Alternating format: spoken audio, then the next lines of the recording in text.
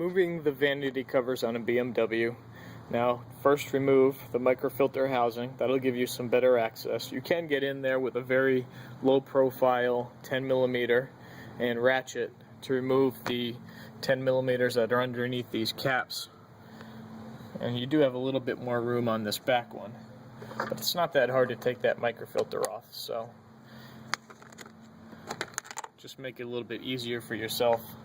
Take the microfilter housing off and gives you better access. Just be cautious, sometimes these can be brittle, the clips, and they break, these clips right here. Okay, I have these two up top and the two nuts for the bottom cover loose. This just comes towards me. It's held on by a couple of clips. Let me just knock these two out and show you the clips. Here's the clips right here and here. So the installation is going to be, it slides onto this rail right here and just sits in place.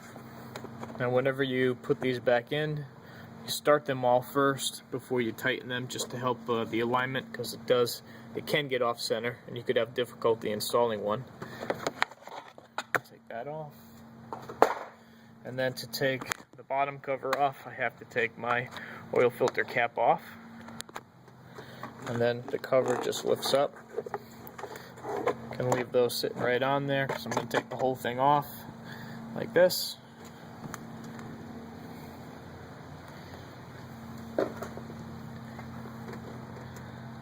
Now, I'd be taking those covers off to access the Schrader port to check my fuel pressure. This is my fuel rail and my fuel injectors underneath. This is also where I would go to replace a coil. I have the older style coils on this. Looks like one coil has been replaced. I have the older ones and then one Bremmy coil. This would be also, I would take these off to replace my spark plugs, and also to check to see if any leaks or a cracked valve cover, which I have a video on for oil running down in this corner, and it gets up and all along here, and usually that's a little hairline crack. It's not something that you can find. It's usually underneath this metal panel, and the oil tends to run back and then down off the corner onto the exhaust manifold, and you can get a burning smell or puffs of smoke as it just drips slowly. The fix is to replace the valve cover itself and the cyclone separator, which is the cause of the crack in the first place.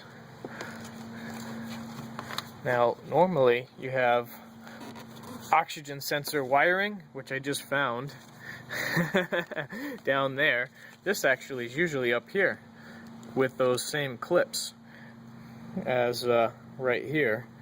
They're clipped up here, so somebody's actually tucked these in down behind the engine. So I'm gonna have to relocate them into the correct position, which is up here. I gotta find the other post cat O2.